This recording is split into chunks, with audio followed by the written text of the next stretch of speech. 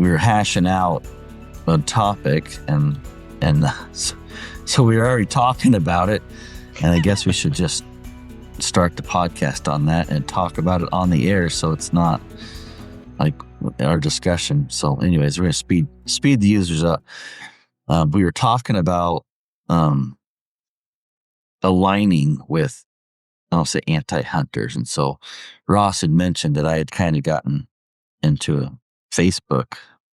I don't know, I just made a comment or whatever, and I'd have to go back and look. I should look at that. But what it was is, and it kind of stems out of Utah, is the comment that came from. Was it Mountain? There's a group in Utah that, and I don't know a ton about this, so like, don't take my word for the gospel. All I know is what I've seen on Facebook, and I've talked to a couple people in passing, because I do remember some of these conversations. I don't remember who I was talking to, but essentially in Utah, maybe the 50,000 foot view, but the lions and the fights, the antis and the houndsmen are lining up more on the decisions of conservation, cougar mountain lion conservation, meaning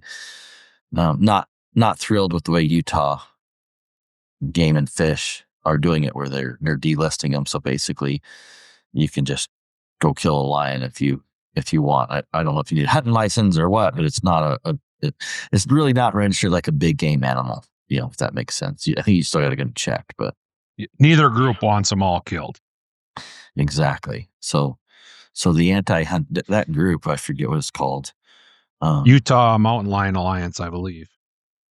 Yeah. So there was somebody that went to one of their groups, and was saying that he was the only houndsman there. And I had made a comment saying that I thought that was good, because I have had some experiences sitting down fighting issues in Washington where it's nice not having the antis hate you in the group. Meaning, I'll give you one example. We had it was a dog bill in Washington that came up. I was coming out of the woods, and I don't remember the exact details of this bill. We ended up killing it, but or we took the teeth out of it, is the best way I can describe it. But it was a dog cruelty bill. It's the way it was labeled. And so it was like, hey, if you left dogs tethered outside, if you left them out in the weather, or you didn't bring them in, there was language like that was basically saying that was going to make it illegal, whether it was a felony, I don't remember what, but essentially, the way the language read was, if you left a dog out in the weather, it would be animal cruelty, in a nutshell. Mm-hmm. And the legislator, the senator, that actually one of the sponsors of the senator was my senator, and she was a hunter. I mean, she, when you walked in her office in Olympia, she had a freaking 7-point bull elk on the wall. You know what I mean? She held right hound, promoted any kind of hound legislation we had. She was really a true friend. You know what I mean? Like, really good. And so I seen this alert from Sportsman's Alliance, and so I went on a texting basis with her. So I text. Her name was Ann. She's not a senator anymore. But I said, "Hey, Ann, look, if Sportsman's Alliance, you piss Sportsman's Alliance off. What's this bill about?" And she's like, she instantly calls me back. So I sent her a text message, and so she calls me back. She goes, "What are you talking about? That bill?"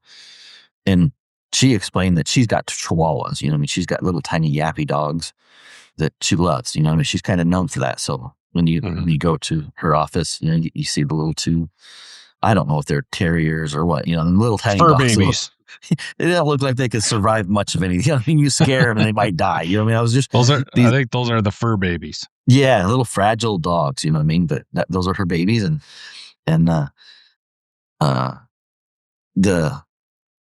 use the term animal rights activist, but they connected on those little dogs and were wanting to push legislation that says basically, if you left that dog out in the cold, yeah, it's going to die. You know what I mean? Like that dog cannot be left out in the cold. You know, whether, I don't know if it was a Chihuahua. I don't remember what kind of dog it was, but it was one of them warm weather dogs that that looks miserable in any kind of degree, any weather below 60 degrees. They just look miserable. You know what I mean?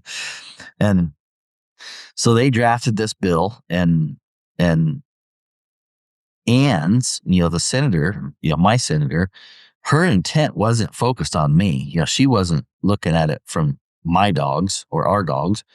She was looking at it from her dogs and going, man, if somebody left these dogs outside, they would die. You know what I mean? It would be cruel. You know what I mean? Like if you didn't leave them with the right bedding and blah, blah, blah, the language was in it. So anyways, long story short, she called me back and was like, buddy, that has nothing to do with your dogs. Da, da, da, da.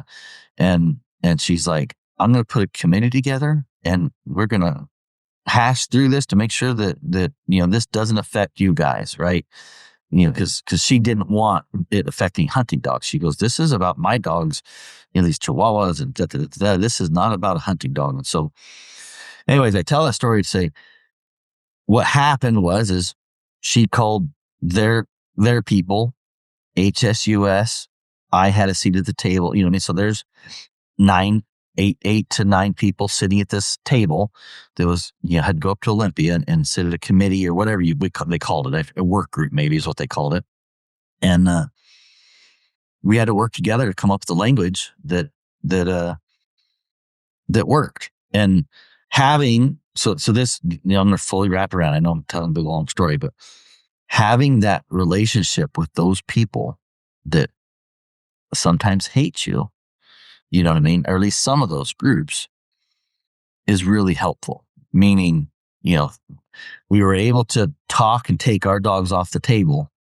And at the end of the day, I suspect the architects of the bill did have an agenda. You know what I mean? So there was the super crazies in the group that their agenda was wider than what they were telling my senator, right? Because once we pulled the teeth out of that bill from us, so we said, okay, our hunting dogs were not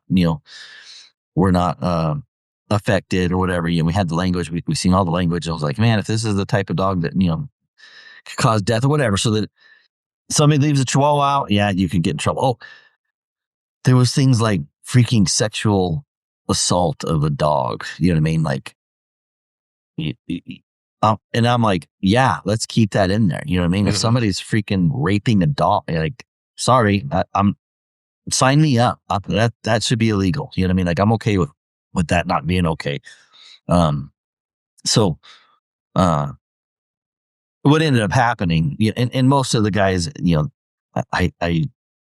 I hate saying like HSUS and some of those guys I'd had some rapport with working on other subjects. So connecting with them on a human to human level was very helpful. You know what I mean? To be like, hey, this is not right for us. Right? Yeah, this isn't video. So you could talk to them and connect on a human level, and you were able to turn the majority of the room and talk about your discussions and isolate the one crazy that was really strictly agenda driven and is promoting that, they're throwing language like sexual abuse and and dogs dying from cold weather all together. So it's like you make this big horrible, I don't know if flashy is the right word, but there's just a ton of like, oh my gosh, this, you don't want any of this. And so you get these legislators to buy in on it. Mm-hmm. And then you don't realize the fine detail. It's like, yeah, this affects these dogs or whatever. You know what I mean? So, anyways, that was my history of this comment when I seen the comment about Utah where, and finding some common ground with the antis or exactly having some rapport to connect on a human level, and find common ground. You know what I mean? So I think in Utah, some of that is happening with this group where they're connecting and finding common ground. And another guy from Utah who was I respect highly, you know what I mean? He was president of the Utah Houndsmen. I think he just stepped down this year. he had mentioned that they have to be very careful with the image of being in bed with the anti-hunters, right? And Mhm. so anyways, that group in Utah, and again, this is where I should have just kept my mouth shut being out of state. You know what I mean? I was like, I stepped in it, right? Because I was like, oh yeah, that's good. And then, um, was it Corey? I don't want to say his name wrong. I know it. Um, he just stepped down. Um, I'm pretty sure it's Corey Huntsman. Uh, but anyways, I might have the name wrong. I'm horrible with names.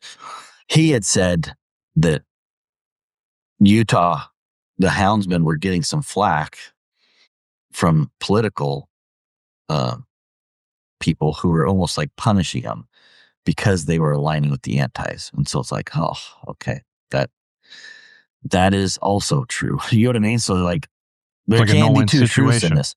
Yeah. Yeah, exactly.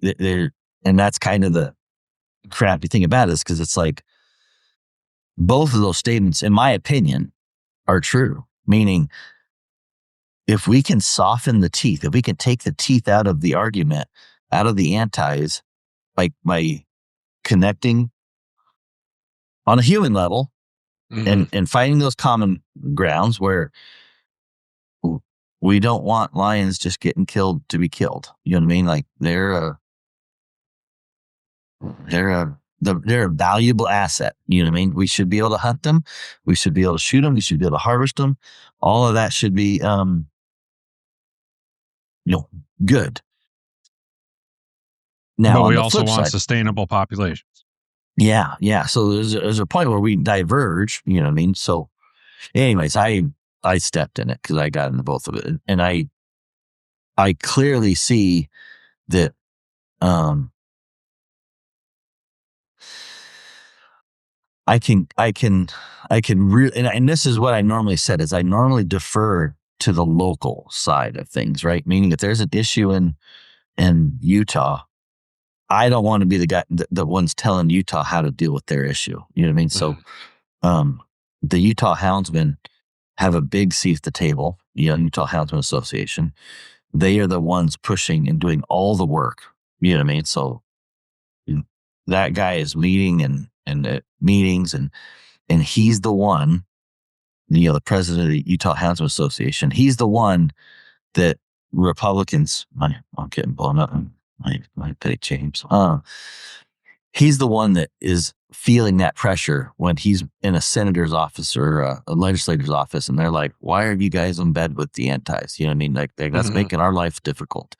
And so, like in this political environment, there's so much tribalism between Democrats and Republicans that you almost there's no there's no space to be in the middle anymore. You know what I mean? Sure. Like Yeah. you're Which is either in the boat or you're unfortunate. not. Yeah. It's It unfortunate. it is. It is, because hunting should not be a a Republican or a Democrat issue. You know what I No. mean? Like, we can't make it a Republican or Democrat issue. It has to be, hunting is for everybody. You know what I mean? Yeah. And so it's And doing tough. what's best for the resources, Yeah, yeah, regardless of what side you're on. yeah, exactly. But in today's political environment, that is getting really difficult to do. I mean, it is Mhm. getting polarized beyond, um, so like, and I can see, because, and I'm going to paraphrase because I don't, but some of those hardcore Republicans that have power, I don't know who they are, but elected officials, are almost like wanting to punish a group. I mean, it's uh, For not getting on their side or being yeah, both feet in there on their side. it's kind of like the statement of like, stay in your lane. You know what I mean? Like, I attributed that to a stay in your lane, and I've heard this throughout. I don't like this. Like, I don't do very good whenever someone tells me to stay in my lane. You know what I mean? I'm like, I'll go fucking whatever lane I want to go in. You know what I mean? Yep.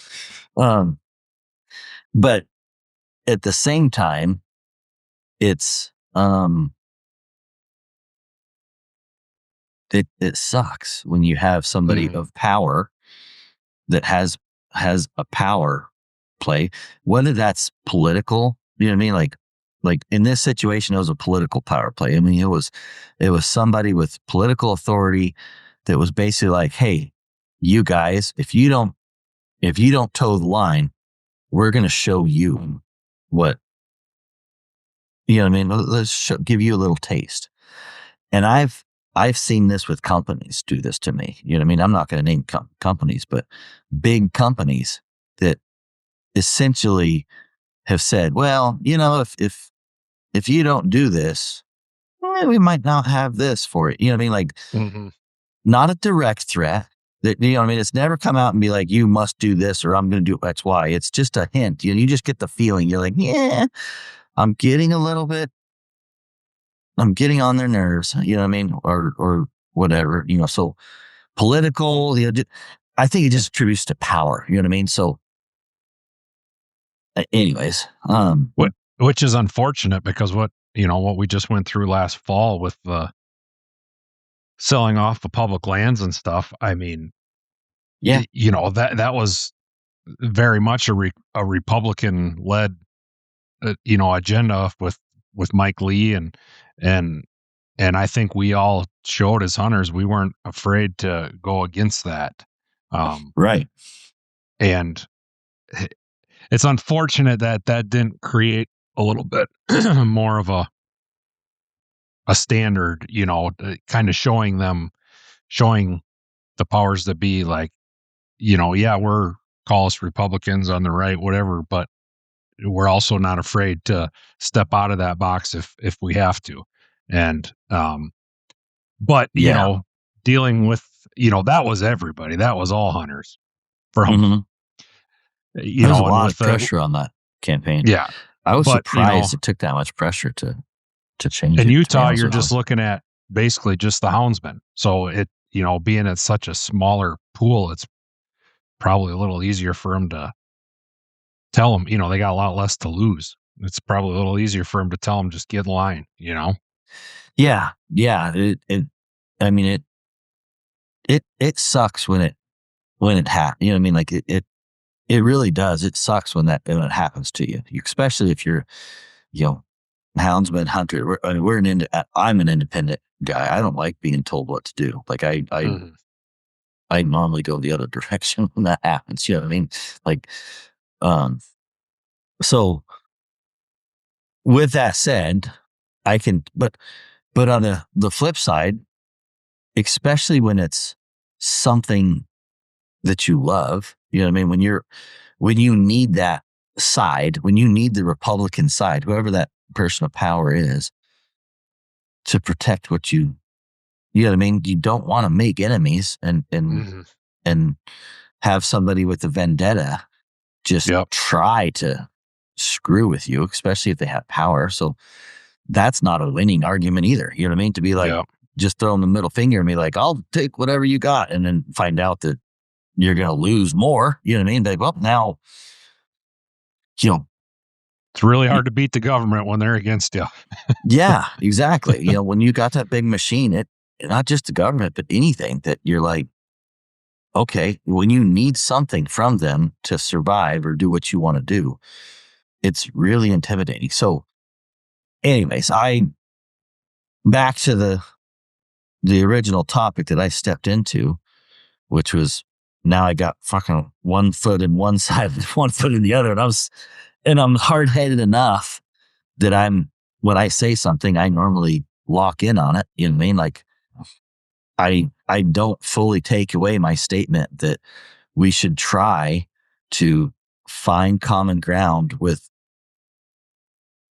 uh I don't want to say the crazy crazies, right? You know what I mean? Because we're not going to find common ground with the crazy antis. The guys, the ones that are not willing to listen to us, like we're not going to change their mind. But there are plenty of crazy cat lovers that feel and have been told a story about us as hunters and houndsmen especially that is not true. And so letting them see people who are houndsmen, who are not just ruthless, redneck, toothless, you know, guys that just care about nothing but killing things, and see that we are actually regular human beings. We're doctors, we're lawyers, we're, business people, we're framers, you know what I mean? We're construction workers, we're just regular society, but we have a passion that, is our dogs. And so letting them see that and go, huh, you're not as bad as I thought, is what I Mhm. heard. Yeah, I've heard several times, you are nothing like what I expected a houndsman to be like. I mean, I can't tell you how many, not like millions or, thousands, but 10, 15 times I've had somebody say, you are nothing like what I expected when I knew there was going to be a houndsman here in this meeting. You were nothing like what I expected. And And that's because we've just never showed up. There's not, not we, but sometimes, but we have to be at those meetings and we have to connect and we have to, build that human connection. So anyways, I still think that's important. I truly do, because that group in Utah is essentially standing up for the houndsmen because they agree. Mhm. And the flip side is the houndsmen are looking at that group and going, and the statement is their group is attracting so many anti-hunters that their group is viewed as an anti-hunting group. Yeah, and I've seen some posts from the gal that runs that, and I don't think she necessarily is anti-hunting, but I think you're right in that just the what that group stands for is just probably naturally drawn some anti-hunters into it. I don't think their sole motivation is to be anti-hunting. It's just a matter of um what they've done and kind of what their mission statement is, just kind of has naturally drawn some anti-hunters into it. Did you look at their mission statement on that group website? Or I No, I never didn't. did. I didn't I either. didn't. I just seen what I seen on Facebook because everything on Facebook is true. Well, yeah. I mean, I'm just guessing based on what's going on in Utah and the name of it, Utah Mountain Lion Alliance. I'm just, they don't like that there's basically open season on lions. So I'm just guessing based off of Yeah, that, and their membership base or whatever obviously isn't coming from our side of things. So when you look at it from like a 50,000 foot view, like you said earlier, I can just imagine the type of people that it's drawing in that group. yeah. It's it's unfortunate, and the big issue for me is the polarization is what scares me the most. Right? We are getting so polarized that And the you know, tribalism. I mean, yeah, the tribalism is a good I word mean, for I it. mean, you talk about any hot button topic, like I'll just throw this out there, like abortion. You can say you're pro life, you can be pro choice, and you can just absolutely hate the other side. But Mhm. when 80 or 90% of both of those sides get down and actually talk about it, like, well, say I'm pro life, I don't, I may be pro life, but I don't think a mother should have to carry the kid if it's going to cause her to die or whatever. You know what I mean? Yeah. Yeah. And then on the other side, you're like, well, I'm pro choice, but I don't really think you should be able to get an abortion at 40 weeks. Right. Um, when you actually sit down and talk about it, you agree on 90% of it. It's that Yeah. 10% in the middle. And also it's just what team you want to say you're on. And then I you mean, got to play that team's. You got to get behind yeah, that you got to team. go down with that ship. Yep. Yeah. But Yeah. if 90% of the people from both of those sides just sat down and had a conversation, you would realize you're not very far off, you know? Yeah. Um, I mean, obviously there's 10% on each side that you can't ever talk to. But Oh yeah. I think my whole point in that is I think that, that goes for houndsmen and anti-hunters as well. If most of us would just sit down and have a conversation, you'd you'd realize we're probably not that far off, I in what we think, want. yeah, I think we've just got to really try to make sure that we don't turn hunting into a tribalism.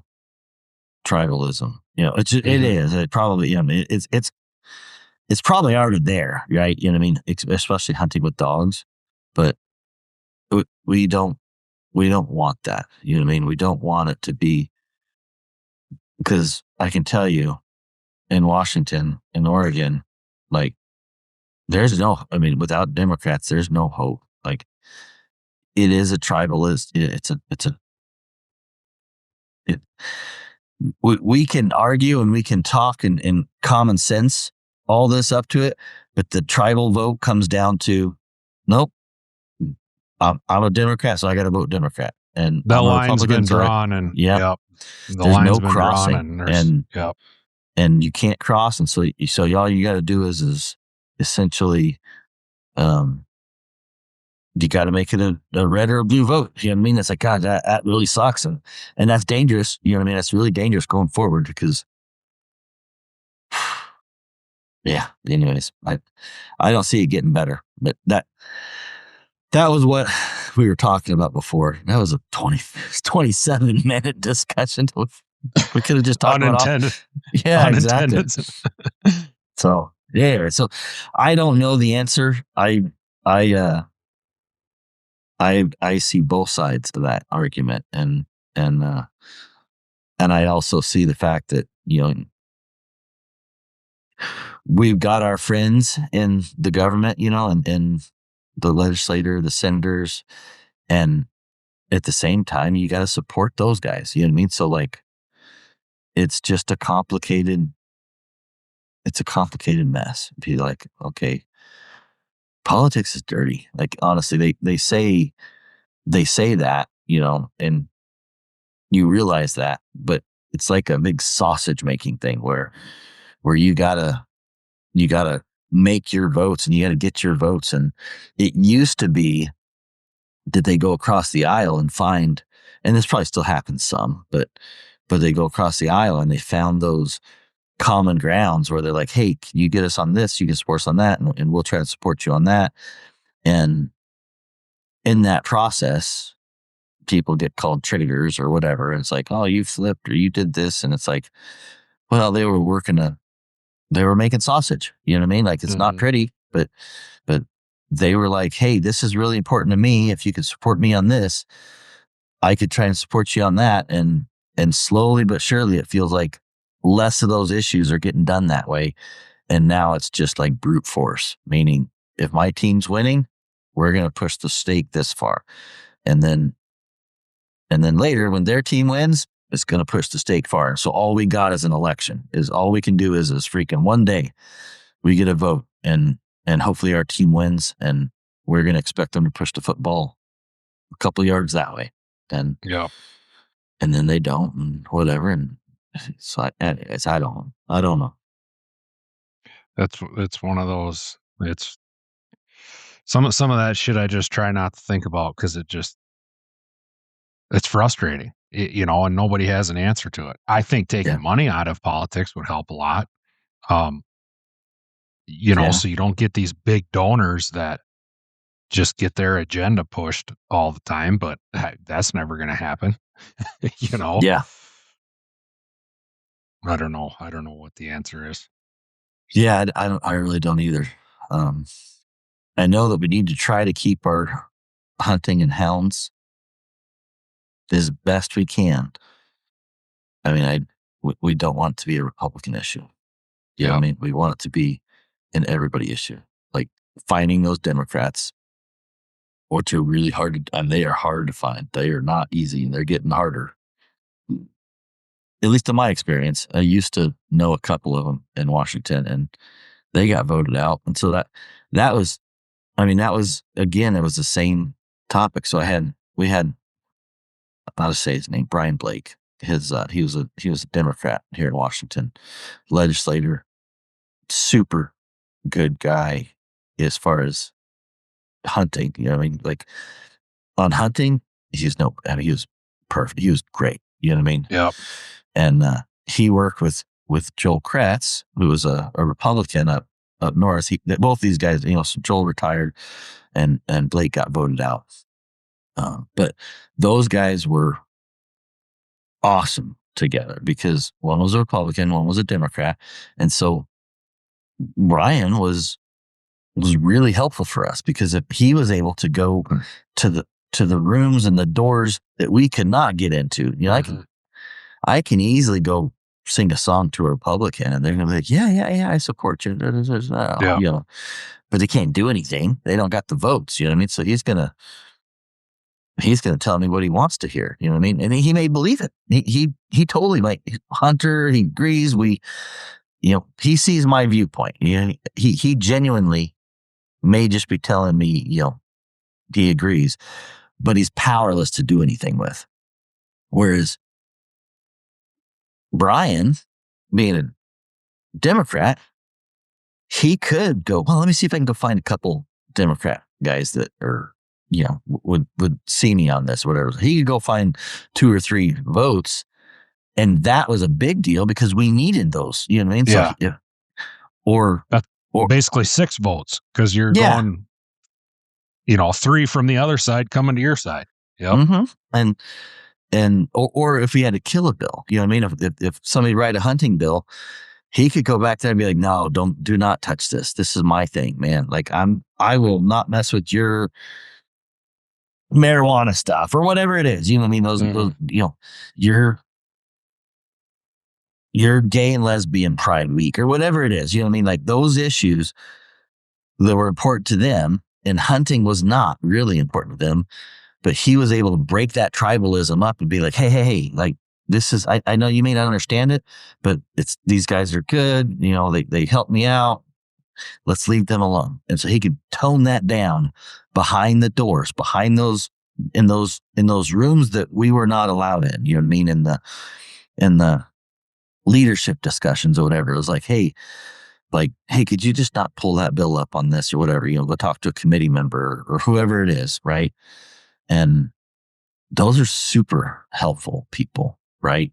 And so, anyways, when he was running for election, like it's torn because you got tons of hunters, tons of Republicans in his district that were like, we need a Republican in this seat. And I'm sitting there going like, dude, that's the best guy we could have. You know what I mean? Like I want a Republican. I want that tribal gain.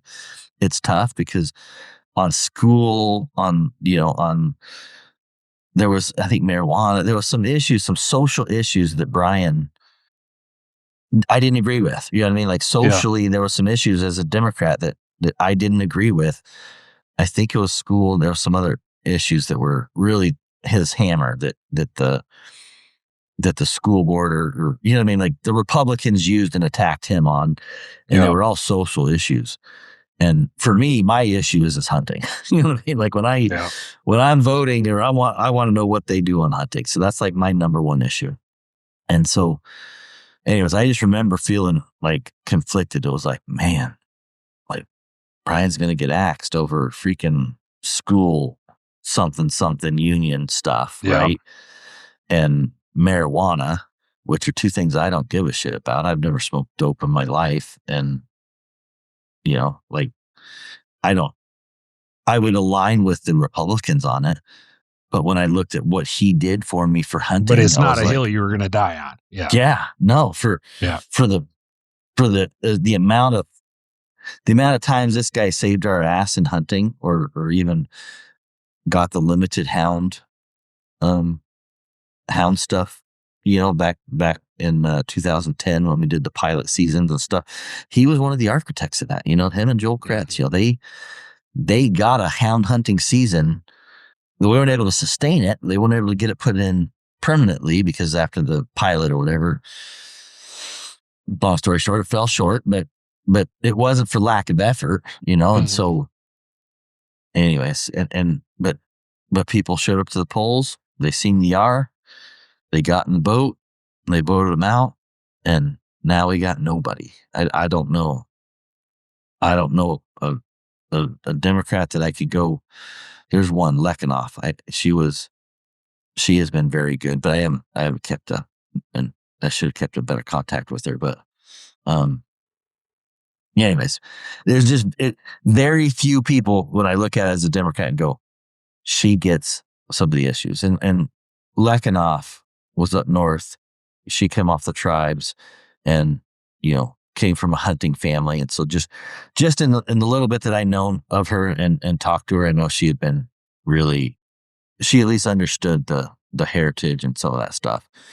And yeah, anyways, It seems like the elected officials are moving farther away, farther left, farther right, yeah, but most of us are staying in the middle, which or closer to the middle. I mean, obviously there's some of that. There's some of that getting pulled on each direction too, but it just like you said, it doesn't seem like there's any working together anymore. And no, I know, from my perspective, it seems like with the Democrats, like if you don't fall in line on their progressive stuff, they just get rid of you. I mean, like look at Tulsi Gabbard and RFK, and yeah. they just run you out, and Who's it's that? Who's the sweatshirt guy out? The oh guy. yeah, from New Jersey. Yeah, he's like the only one that has any common sense. It seems like Fetterman. Yeah, Fetterman. He's Yeah, pretty much going to turn into. I mean, he's. I think he's going to be a Republican before long. They don't got a vote over there. I mean, they pretty yeah, much but don't like him. how long before they push him out too? Yeah, yeah. I I don't get it, but and I think it happens on the other side too. You know what I mean? Like I think, um, yeah. It does, Anyways, but we've got a bunch of them now going against Trump, and yeah, I think that at least, like I said, from my perspective, at least it seems like the Republicans have a little bit more of a backbone and aren't just going to fall in line like everybody else, for better or for worse. It's probably for worse, because when we're yeah. fighting with each other, that's not good either. No, But it's kind of crazy. I haven't really paid a ton of attention. This I don't want to talk about it too much, but this me neither. I it try to. is. I've just kind of checked out on it, but I've seen people like honestly, it's kind of put me off. Like Tucker and Candace Owens and Yeah. Cam Haynes even. You Yep. know what I mean? Like some of these guys, I'm like, and maybe I'm just too stupid and I don't follow enough, but I'm like, hmm, what? Like I don't even know. I don't even know where to start on that. I don't even know what to say on that. But like this Epstein stuff, I get it. You know what I mean? I'm like, there's some fucked up shit. People should go into jail. Like, you Yeah. know what I mean? Like, but I mean, how long has that shit been going on? I mean, Biden was president for 4 years. You know what I mean? Like, anyways, I don't know. I don't even know how I feel about all some of that stuff. But I'm just like watching things implode and going, yeah, this isn't really good. You know what I mean? For Yeah. nobody. You know what I mean? Like, so I don't know. The problem Um, is we don't know. I tell people this all the time. Like I don't know the whole story about anything. Like, yeah, exactly. and I don't think Cam Haynes does either. And I don't think, so and so does either. So it's like, you're making these assumptions based on a tiny bit of information, same with Yeah. the Iran war. Like, then people criticize Trump for things he's done or doing or whatever, but it's like you don't know a fraction of it. I mean, I'm not saying he's right. I'm not saying he's wrong. I'm saying only time will tell, because Yeah. you're just some average Joe sitting on the computer Googling shit. Like, Uh-huh. you don't know anything. I mean, Yeah. Yeah. You have what you want to believe, and that's probably what's pushing most of your perspective, but you don't know shit, you know? Exactly. And you look sometimes and you can spin something up that um that you make it what you want it to make. You know what I mean? Like I, I was listening to is it Sean Ryan's podcast, and I stopped listening to him because he kind of went off the deep end, and I was like, I don't enjoy. He's hard, but Stressing me out, dude. yeah. But one of the last ones I listened to was Hunter Biden, and I wasn't really thrilled about it, but then I listened to it, and I had a little bit of an aha moment there where Hunter, and I forget exactly what it was. Um, but Hunter was kind of being a hypocrite too because he was, like poor me or whatever, like. But then, man, he freaking hated the Trump Jr. You know what I mean? Like hated Mm, Trump Jr. And so there was just a moment there where I was like, oh, I think Trump and Trump Jr. did probably pour gasoline on that freaking Hunter Biden story. Meaning, I think there was some truth in what Hunter Biden was saying, which was, do you really think, and I forget what it was, but there was a moment there he goes, do you really think that I would have, oh, I know, the laptop story. He goes, do you think I would just keep a bunch of pictures of me being naked and stoned in my bath? You know what I mean? Like, that was probably derived from the cloud, meaning somehow something got hacked mhm. and those are pictures on somebody's phone related or whatever. And they put it together. And I'm just assuming, I don't know, but Yep. mentally I'm going through the process of like, how would I got shit in my back that would, my history that would be embarrassing or whatever. You know what I mean? So like I can be humble enough to realize, yeah, man, there's times where if you see me yell at my kids or whatever, you know what I mean? Me and my wife in a fight or whatever, some of the shit, you know what I mean? Yeah. There's like, there'd be something. I was Drunk in like, college. Yeah. yeah, yeah. Like there wasn't cell phones around or whatever, but just stupid shit. But the moment was almost like he goes, it's not a computer.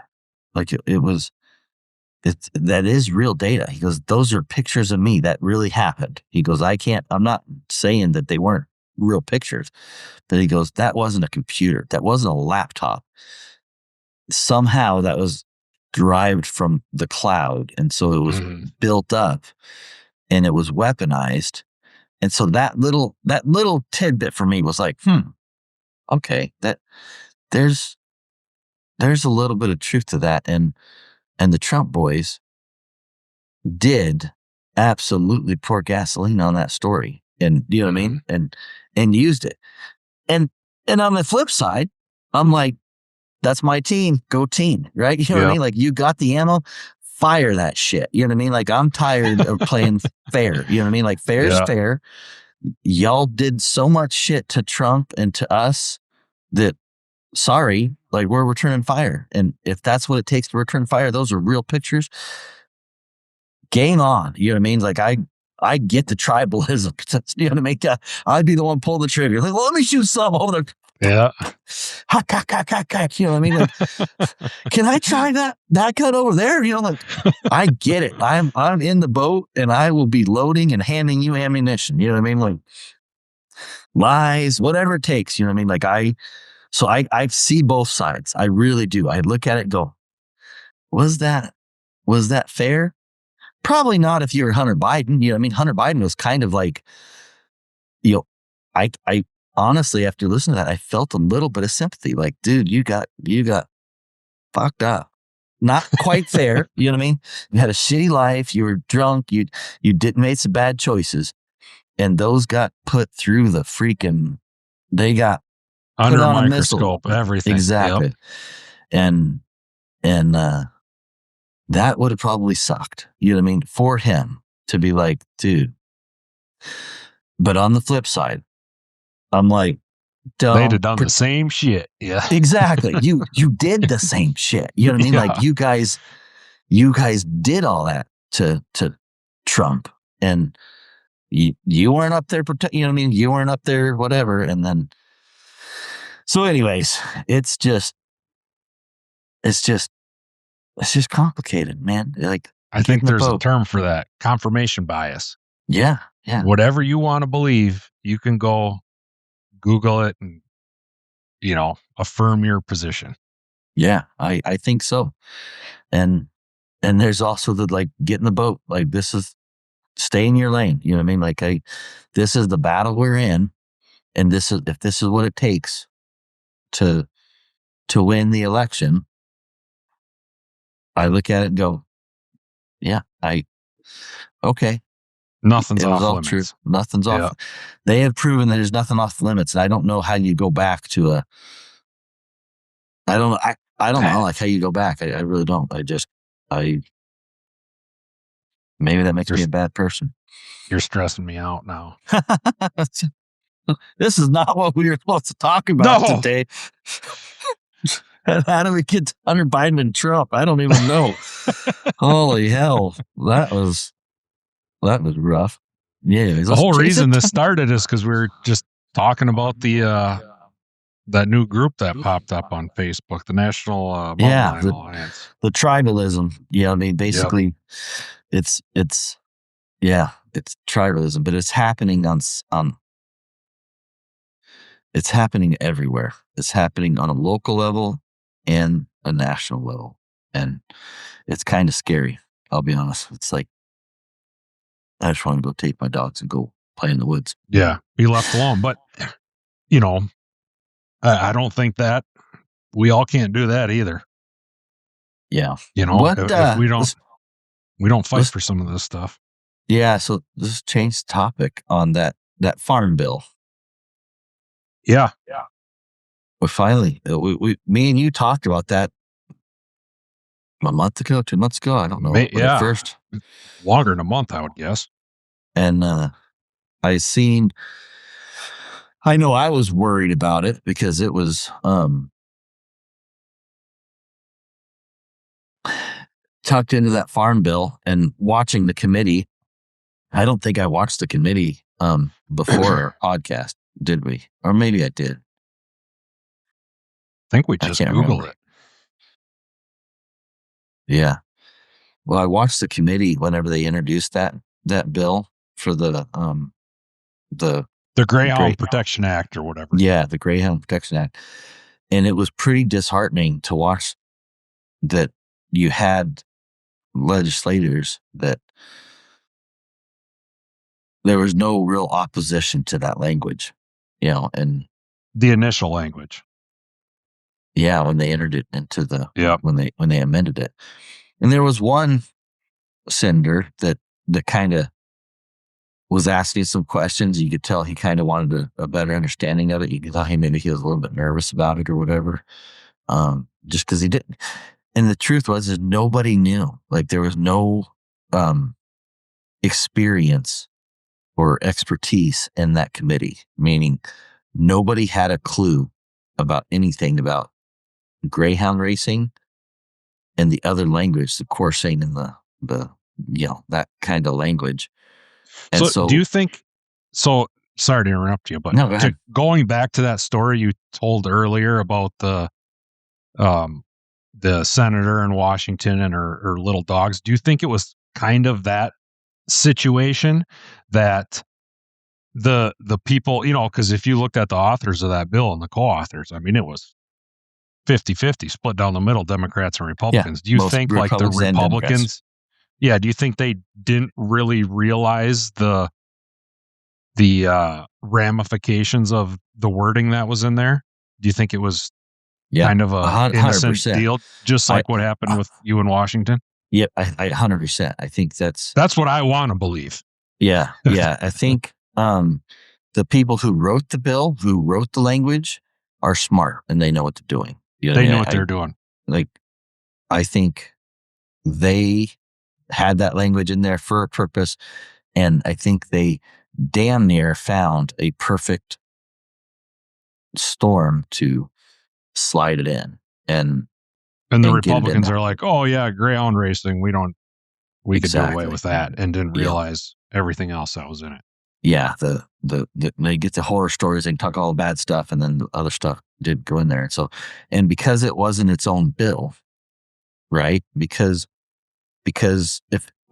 when it comes out as a greyhound bill, it was dead. They couldn't pass the bill on its own merits. You know what I mean? It never got any traction Yep. because everybody does go through the language and fine tuning it.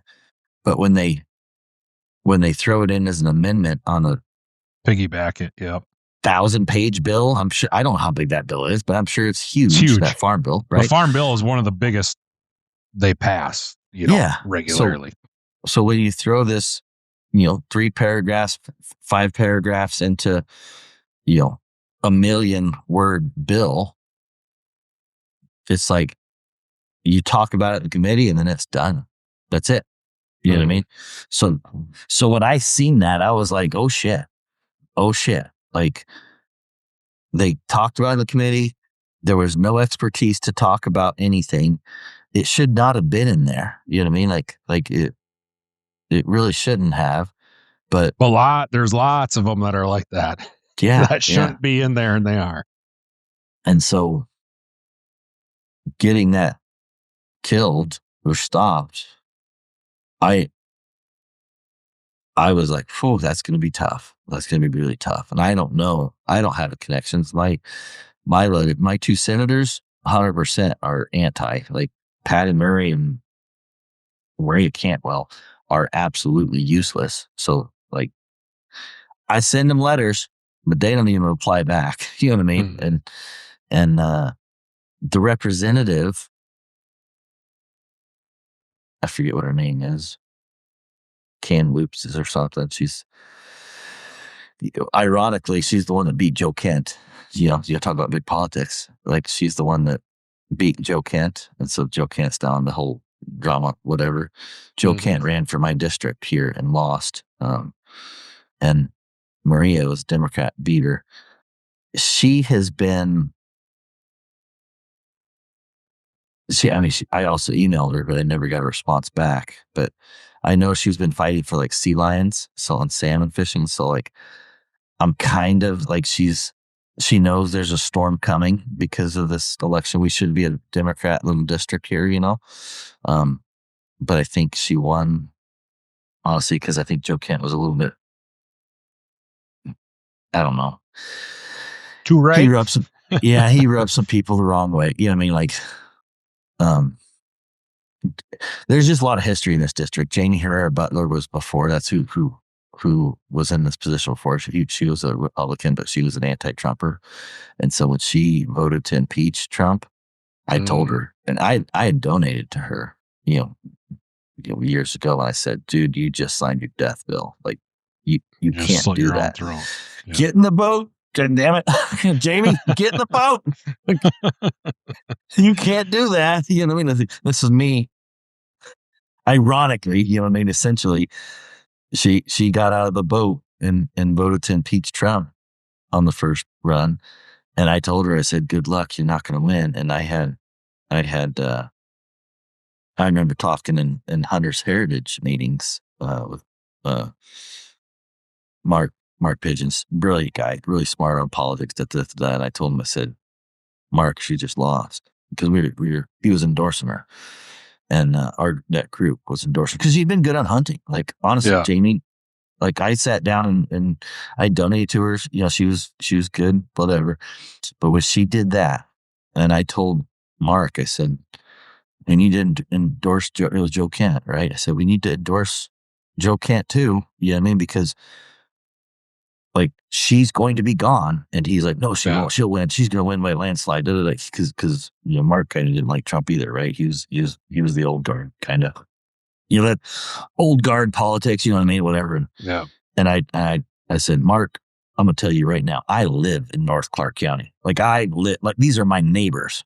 Mhm. I can tell you that we like Trump. You know what I mean? Like, I'm sorry, but we don't want a Democrat that's anti-Trump, or I'm sorry, a Republican. And and Jamie lost a lot of points when she voted to impeach. So whatever it is, she's not going to win. And boy, we battle. And so, anyways, she didn't win. She lost the primary, and then that put Joe Kent on the ticket. And Joe lost the main ticket by like, I mean, 1%. You know, it was so close. Yeah. Anyways, but you know, Jamie should have just stayed in the boat. She get in the boat, Jamie.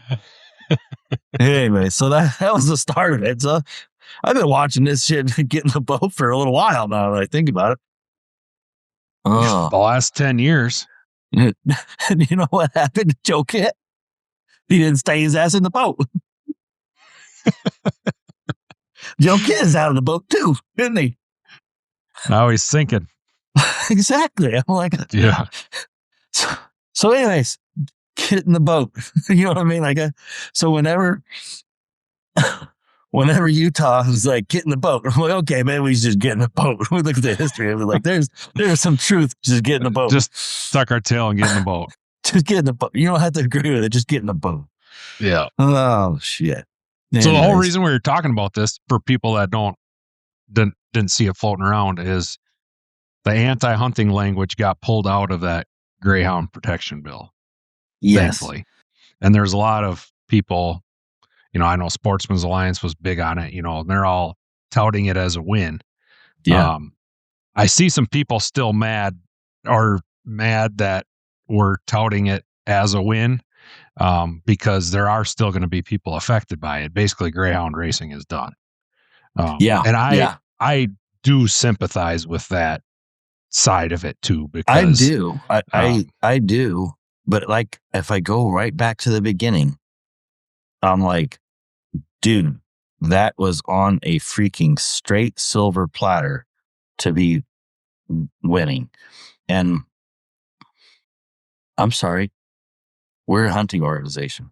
You know what I mean? Like, we have got to, and it's just like, you know, whenever that language came in for the dog cruelty bill in Washington, I jumped in, and my focus was not sexual assault of dogs. Like, hey, y'all want to make that illegal? Go right ahead. I ain't going to stop that. I kind of agree with you. Like, not my wheelhouse. When we're talking about hunting dogs, I want to say in that, right? And that's kind of the way I look at this deal, is like, hey, Sportsman's Alliance, you know, all our hunting organizations, as Houndsmen, like, our issue is the hunting dogs. And that's what we jumped in and stepped up and let them know to stay the hell away from. And I'm not an expert at greyhounds, and I'm not going to sit here and go, I think, you know, I'm not going to try and explain why. I'd never watched a greyhound race. I used to on TV. I remember as a kid, I seen them, and when I was in Colorado, you know, I knew there was a track there, so I knew about it, but I couldn't tell you the first thing. I don't even know. You know, I think it's a fake rabbit that they run off. You know what I mean? Like, when I remember seeing them as a kid, you know, it was like, I remember seeing the little fluffy thing take off, and the dogs are chasing that or whatever. That's about all I know. You know what I mean? That's it. Yeah. So I'm not the expert, and people who are the expert need to step up. So just to push, I'm just going to push back on you a little bit. I know what you're saying, but greyhound racing is a little bit more associated with hunting. You know what I mean? Because I think it goes back to the coursing stuff.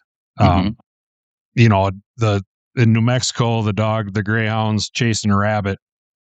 I kind of compare it to like bird dog field trials, which I'm going to this weekend. Is it hunting? No, it's not hunting, but it plays a big role in developing good bird dogs as well. Because everybody's got the best hunting dog, just ask. But at least when you go to these field trials and stuff, you know, there's a standard and you are competing against other people. And I'm not super familiar with greyhound racing. Maybe the parallel isn't as clean as I think it is, or whatever, but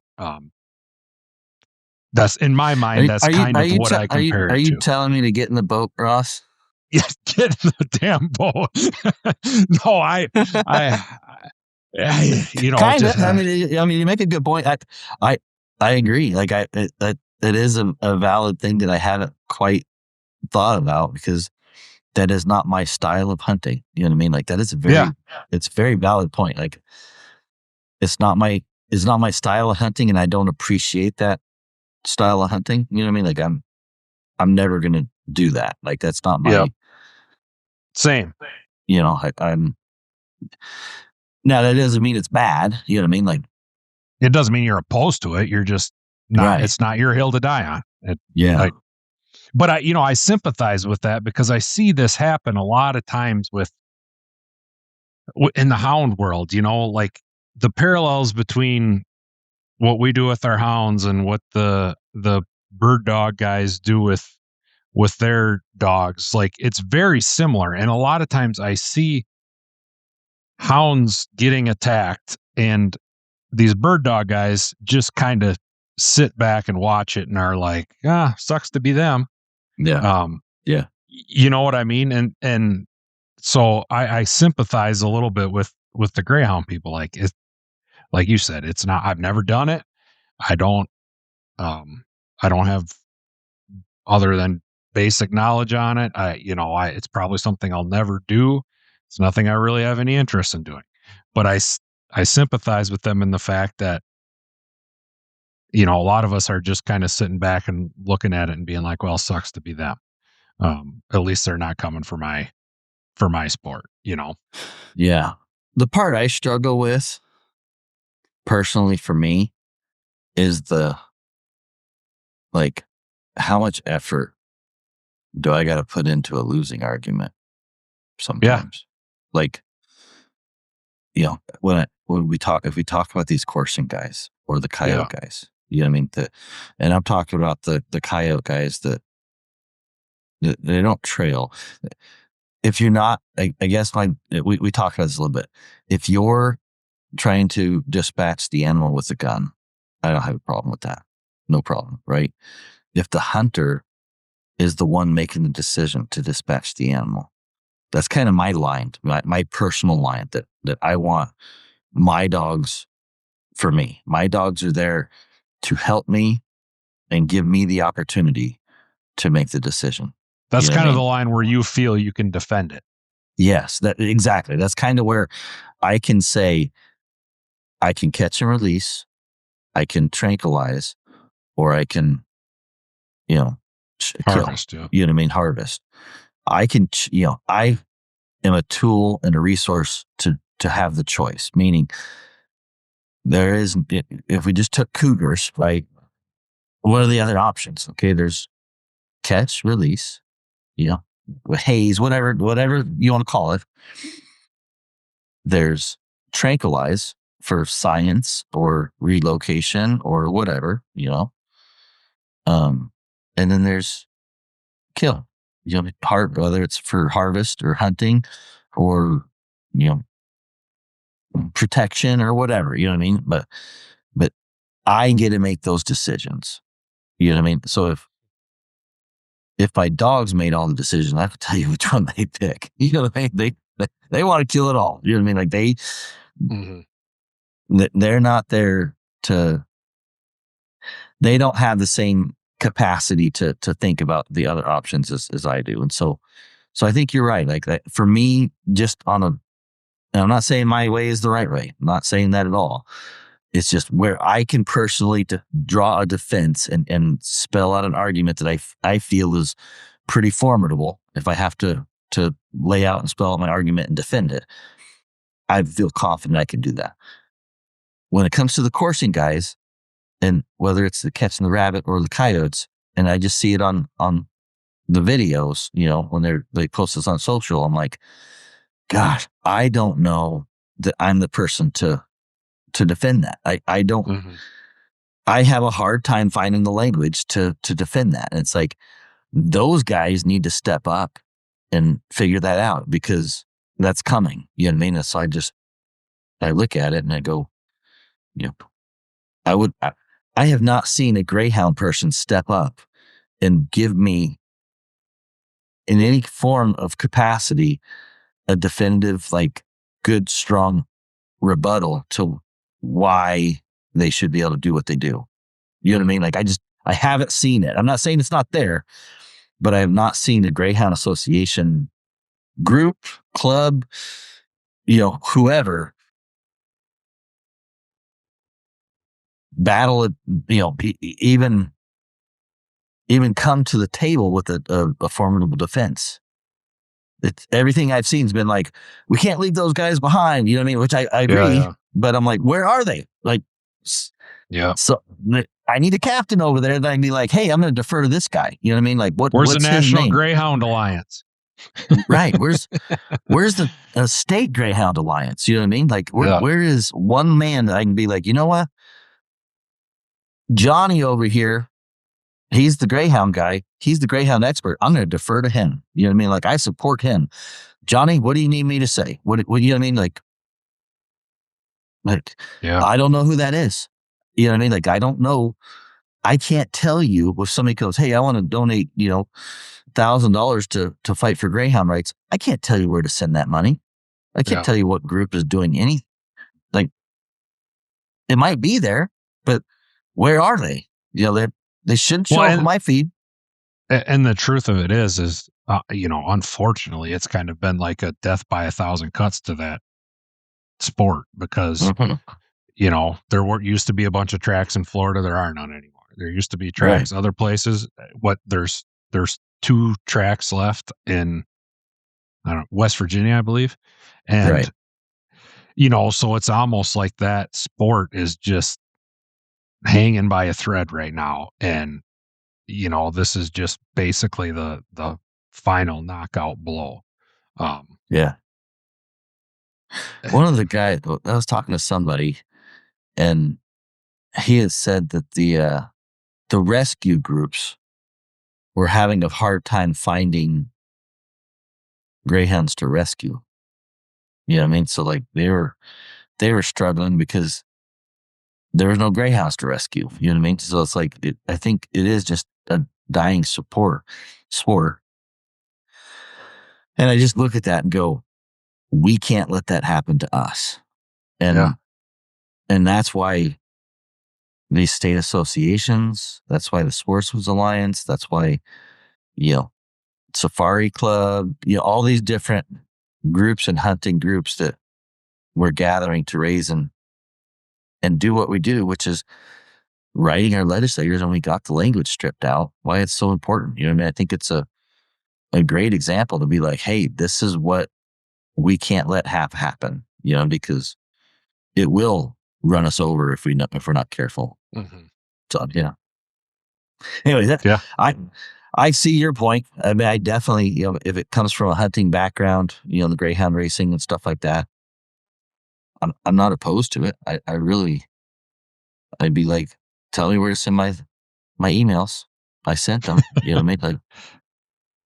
Like, It's coming, like I said, coming from somebody that's, I mean, I'm call me 60-40 hounds to bird dogs or 70-30 hounds to bird dogs, but I'm pretty deep into the bird dog side of things. And even with this Greyhound Protection Act, like it was, I mean, you and I did that podcast on it pretty early in the game, yeah, and it way was early. several weeks after that before I even saw a single post coming Yeah. from, Anyway, any bird dog person, let alone AKC or Pheasants Forever or whatever. And it's like, guys, like wake up here. And it took forever because I think that group is just kind of so used to being shielded by the hounds, like, we don't yeah, got to worry about it yet. They're going to take hounds away before they come after yeah, us, and, yeah, so I kind of in some way felt like I was like here on my computer, like shaking people like, hey, you guys need to get on board with this. And then they finally did. And it was probably saved it, because I mean, the bird hunting community is huge, yeah. I think comparatively speaking to the I think houndsmen. that was the turning point, the pressure was when that started happening. I was like, there's a chance. You know what I mean? Like, Yeah, I even saw AKC's official page finally put something out on it, but it was starting to scare me whether yeah, everybody was going to wake up in time or not. yeah, yeah. And then, I guess I've seen a couple people that are like, it's not a win. We need, almost all or nothing. And I'm like, are you serious? Like, you want to go all or nothing on this deal? Like, like for what, 2 tracks? And like, I think there's 2 tracks left in the US. Yeah. And this is the hill we're going to die on. I'm like, I don't, I don't know that that's a smart move. You know what I mean? Like, you can't bluff every time in poker. You know what I mean? Like, you can't go all in playing poker You're going when to you get back. don't. Yeah, you're going to go broke Yeah, I'm like, eventually. there's a time to go all in. You know what I mean? And there's a time when you don't got a hand and you go all in, and you know what I mean? Like, okay, but is this it? I, I don't know. You know what I mean? For me, I'm like, I don't want to go all in. Yeah. And so I think I,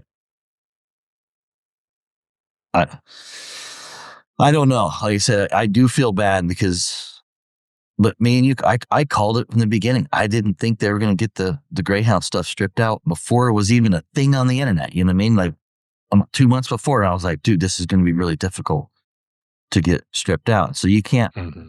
you can't blame Sportsman's Alliance and all the hound organizations for focusing on what we think we can get pulled out Mm-hmm. to take the teeth out of the bill.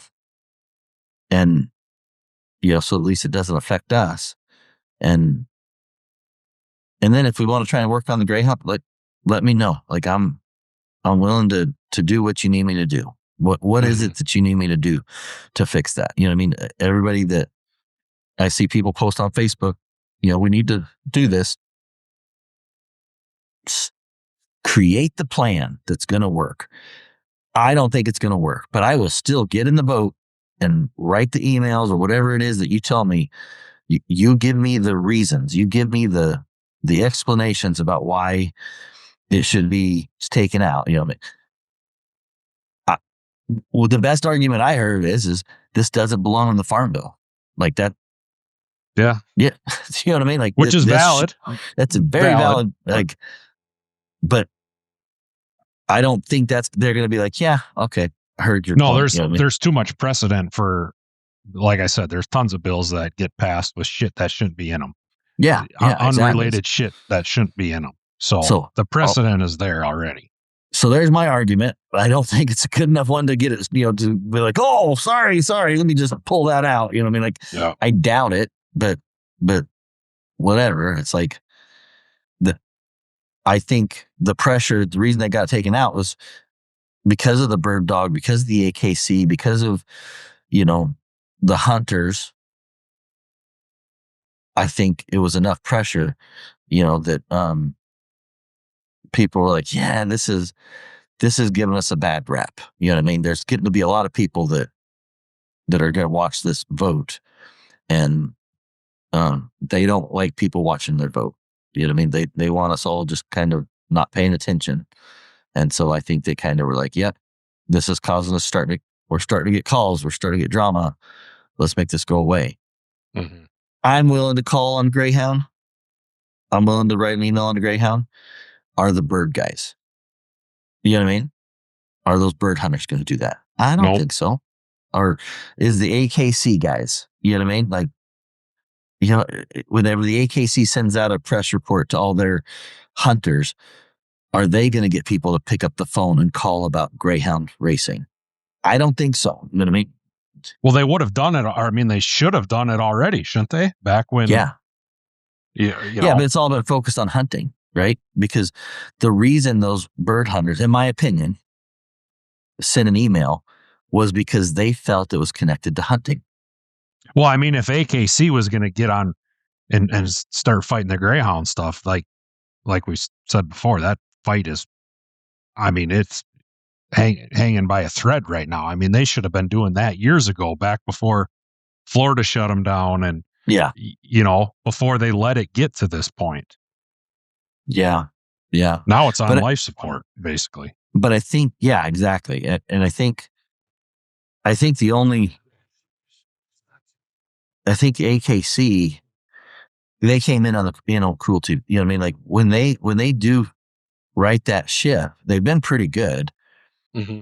but the politicians really listen because they have such a huge pull to members that really go broad, meaning they Well, I go mean, they send out their mass emails. I mean, and it's not just like field Republicans. trialers and Their yeah, I boat is mean, big. Their boat all the has both Republican. You know what I mean? Like they like got both sides almost. those show dog people and stuff. I mean, Uh-huh. I would venture to guess most of them are probably Democrats. Yeah. You Yeah. know, a lot of those people don't hunt or anything. They just take their dogs to dog shows and dress up in fancy clothes and prance around the ring with them. And Yeah. never Yeah. probably don't even own a gun. And yeah, when AKC sends an email out, it goes to all those people. So it's Yeah. I couldn't even venture to guess what their mailing email list is at or But I how think many it's a millions. problem for, you know, but I don't think they'd be sending an email just for the racing part. You know what I mean? Like No, I I don't, no. Well, they haven't. I know they haven't. They yeah, did about the they did about the hunting, I'm sure. live lure stuff. Yeah, Yeah, exactly. but You know, so like I think that was the whole political part of it was is that live lure was like, oh, what do you mean by that? So birds can be defined, coyotes can be defined, anything that we hunt, you know, raccoons, squirt, you know, anything. I think it just touched so many people. I don't think this is the same for greyhound. I you, don't think you're going to get you know that. what's crazy though? Have you ever heard of Fast Cat? Mm-mm. It's a AKC. You know, I mean, you can get titles and stuff for it, and it's basically a miniature greyhound track, but not just greyhounds. So you know, they got a little bag or whatever that the dog chases, and your dog can get titles. There's a standard for every breed, you know, like German short hairs. I don't know what it is. I'm just going to throw a number out there. It's 20 miles an hour. So if your dog reaches that 20 miles an hour chasing that bag or whatever, they get a title. If it's 22 miles an hour, it's excellent, you know, it's an excellent. If it's 24 miles an hour, it's a champion or whatever, you know, and I could be way off on those specifics, but it's basically a miniature greyhound track. So now, if you ban greyhound racing, why? How's that different? Although people can say, "Well, my dog is also a show dog and a hunting dog, and we just do fast cat for funsies on a couple Saturdays a year." You know? Yeah. I mean, even, and I don't know the difference between a field trial. You know what I mean? Like technically, I'm like, does a field trial constitute a race? A I water mean, race? we call it well, and even a bird dog field trials. You Yeah, know, you're racing a to lot go of point birds, right? You know what I mean? Like, yeah, I don't, you're racing the other dog basically, and the dog that's ahead is at a major advantage. So I don't know. Like I said, I just thinking out loud. I didn't look at the language to see what I don't know. Like I said, yeah, and I don't think any of this stuff is going to fall into that category. But what it does is it establishes a precedent or whatever, and then they try to draw parallels between what they've already deemed acceptable to shut down. They they establish parallels between that and other games where they can say, well, if we shut down greyhound racing, why can't we shut down or you know this should be stopped too because it's very yeah, similar. You know, I don't want to that's the think about it slippery slope anymore. of This is like, oh my gosh, it. man, just leave us alone. That's all I I, want. Just leave I us wish alone. I wish it was that easy. Hmm. I wish it was that easy. Yeah, no, I don't know. You've been doing any hunting lately or getting out? No, I got the dogs up last weekend, so I went to a shoot, an NRL shoot this weekend. Um, That's why I since last week on all weekend, I took the dogs out, tried to get some exercise out of them and energy. And um, but we so I did that, but haven't done any serious really work or anything. Just kind of mostly focusing on making sure they're not tearing the house apart while I'm gone. You don't And turkey hunt at all in the spring? no, I've never turkey hunted. I'm gonna try tomorrow. It's first time, or do you do it? No, I kind of go out every year. I'm not worth a shit at it though. My daughter had a youth season tag this past weekend. No, not yesterday weekend, 8 days ago weekend. And man, turkey hunting, it can be a lot of fun or it can be super frustrating too. When them suckers don't gobble, Right. I mean, you don't know if they're 10 yards away or 10 miles away. It is so aggravating. So we didn't have any luck for her youth season, You but just gotta sit and try and call them in. Then I used to do a lot of sitting in a blind, try to find a field or something where they come out consistently. But I don't have patience to sit, and I finally said this year I'm not sitting in a blind at all. So I try to go walk around and hear one gobble, kind of get in as close as you think you can and set up, and then try to call them in the rest of the way. At huh. least then I'm moving around, you give it 20 minutes or something. And if they're not playing the game, then you go walk around, try to find a different one gobbling. But when they're not gobbling, you got no idea where they are. Sounds like elk It's hunting, man. that's what a lot of people compare it to, is a lot like elk hunting, Really, except a lot I smaller. I'll do that for an elk, but I ain't damn doing that for no bird. I'm not gonna sit there. Yeah. I just like it. I mean, uh, obviously turkey hunting's not a hill that I would ever die on either or anything, but it gives me a reason to get out in the woods, I guess, in the spring Yeah. and pick ticks off me. That's the only bad. That's a bad thing. God damn, the ticks are bad right now. Yeah, I've been doing this NRL. Just it's a competition, but I am not good at it. Like not good at all. I can shoot pretty good sometimes, but I'm not consistent. So Yeah, um, but it's been fun because I do enjoy shooting, and this has been something that I did some last year, and you build a gun, you get it dialed in, but you got to range. So with the NRL stuff, it's like you got 4 minutes. And so you don't know what the stage looks like. So you go up to the stage and there's a pin and they're like, okay, there's two targets out there, all steel targets. So there's two targets out there. You gotta shoot, left to right. And then you got another position. You gotta shoot left to right. So you gotta go out there with your binos, find the targets, so it'd be like two deer heads or whatever.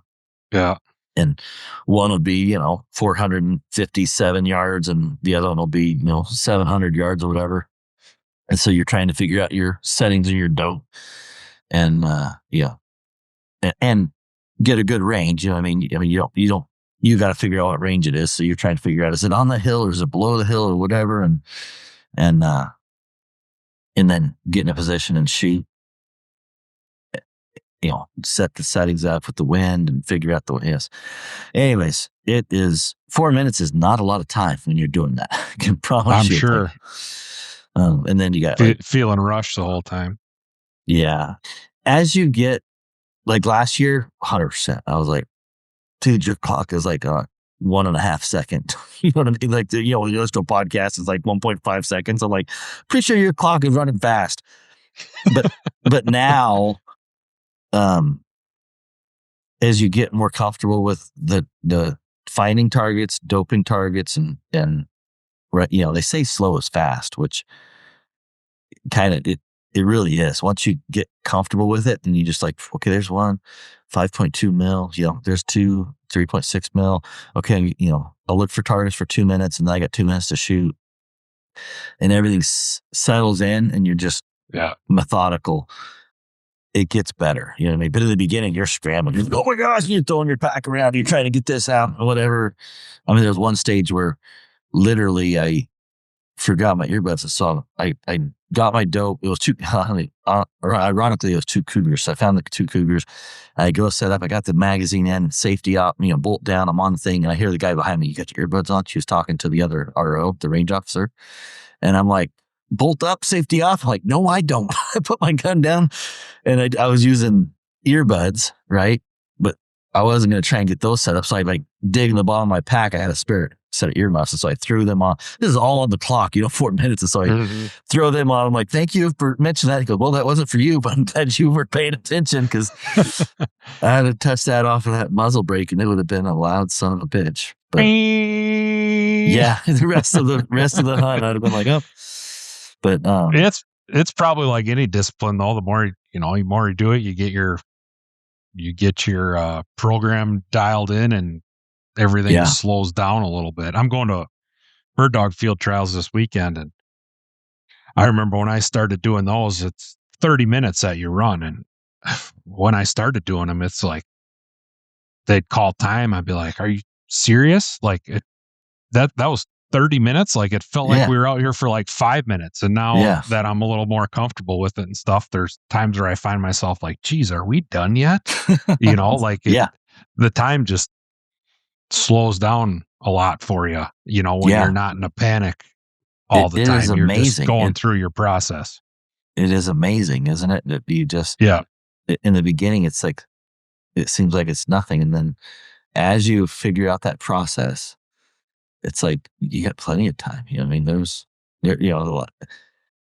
I look at my watch and because I got a timer that I set on my watch. So I see the time and I'm like, well, shit, I got 59 seconds for this last target. I'm gonna make sure I get this one. You know what I mean? Like get a really good rest. No rushing it. Yeah. Yeah. And then there's other times where I'm wobbling all around. I'm just like, just drive by on this thing. I'm like, in, off, it's tripping up. You know what I mean?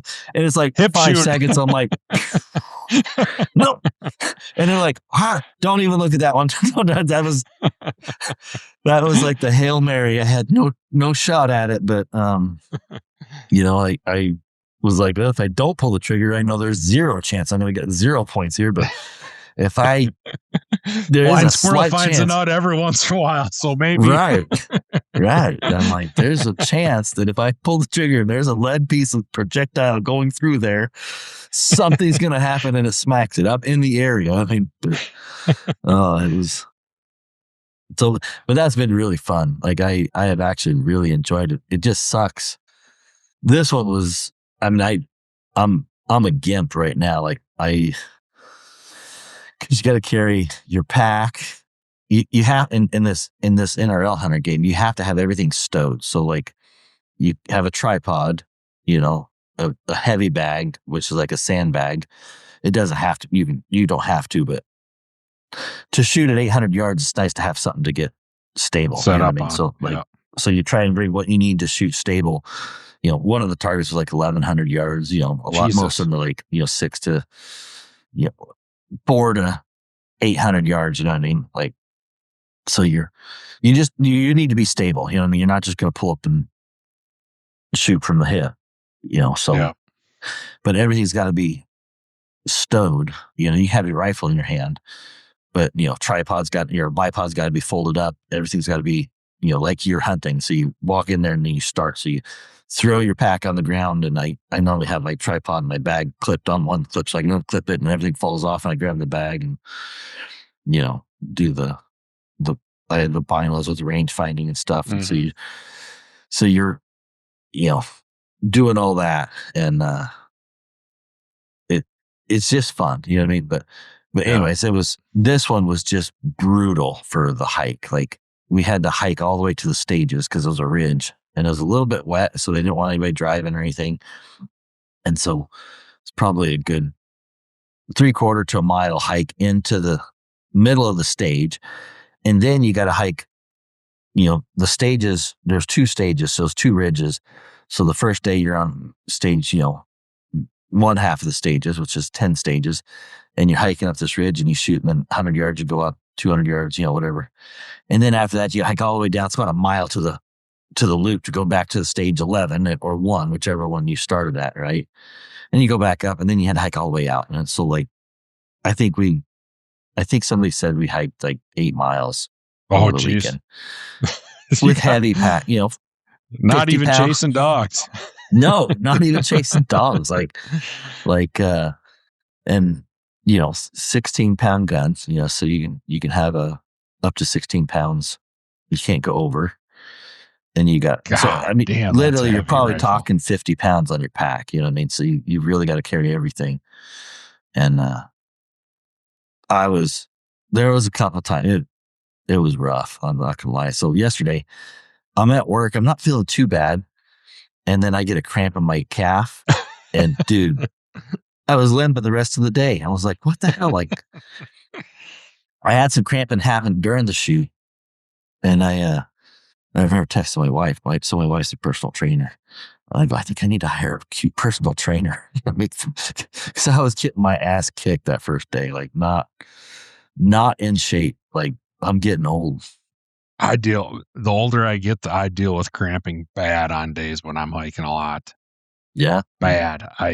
My wife got me some stuff to mix in water and these little yeah, pills, like they're almost like Tums tablets kind of, but like, oh, because my legs cramp bad. Oh, geez. yeah.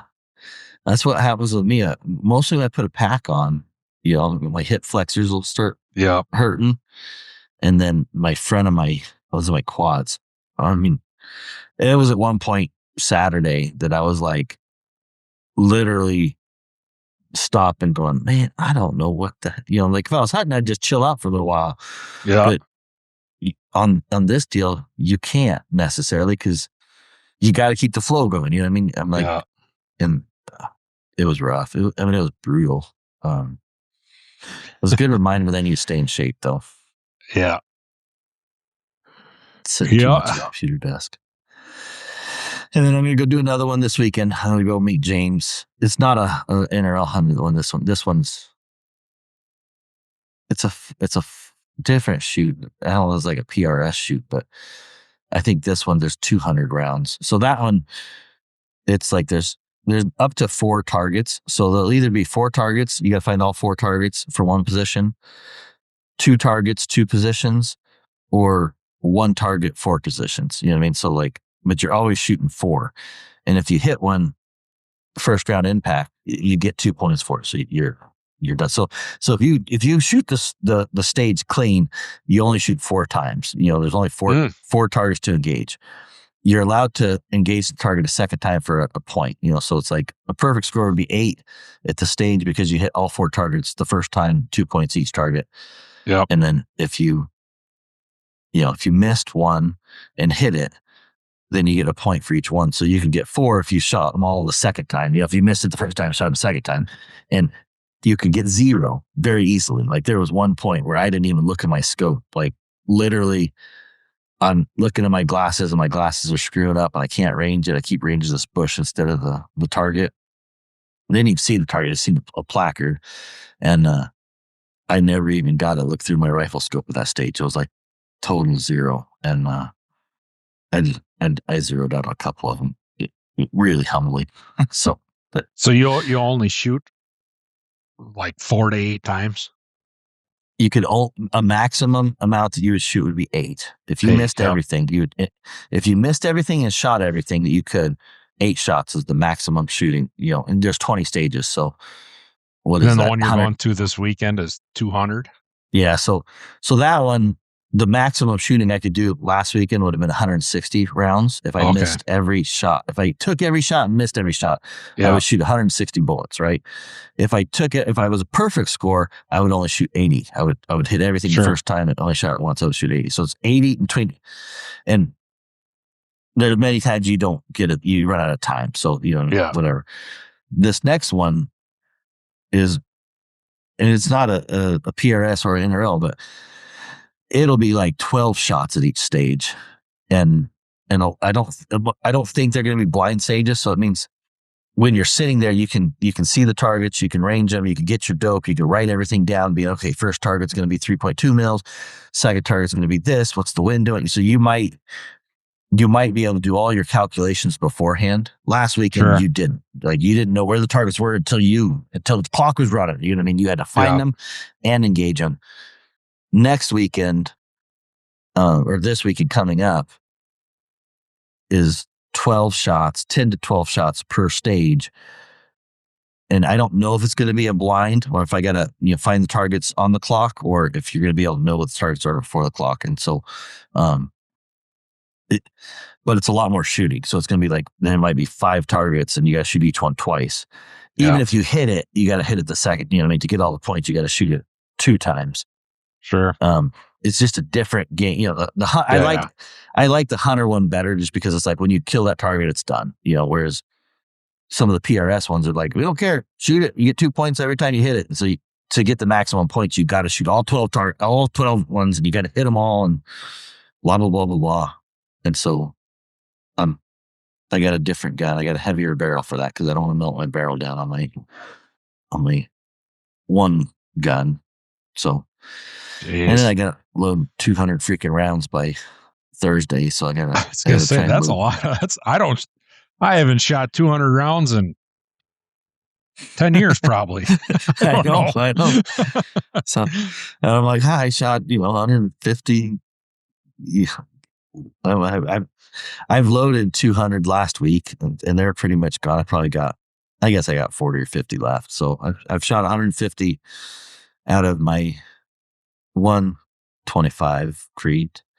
And now I'm switching over to my heavy barrel and I got to load 200. So I probably got to load 220 because I need to check my zero and really need to get your speed dial. So you got to know like what your speed is.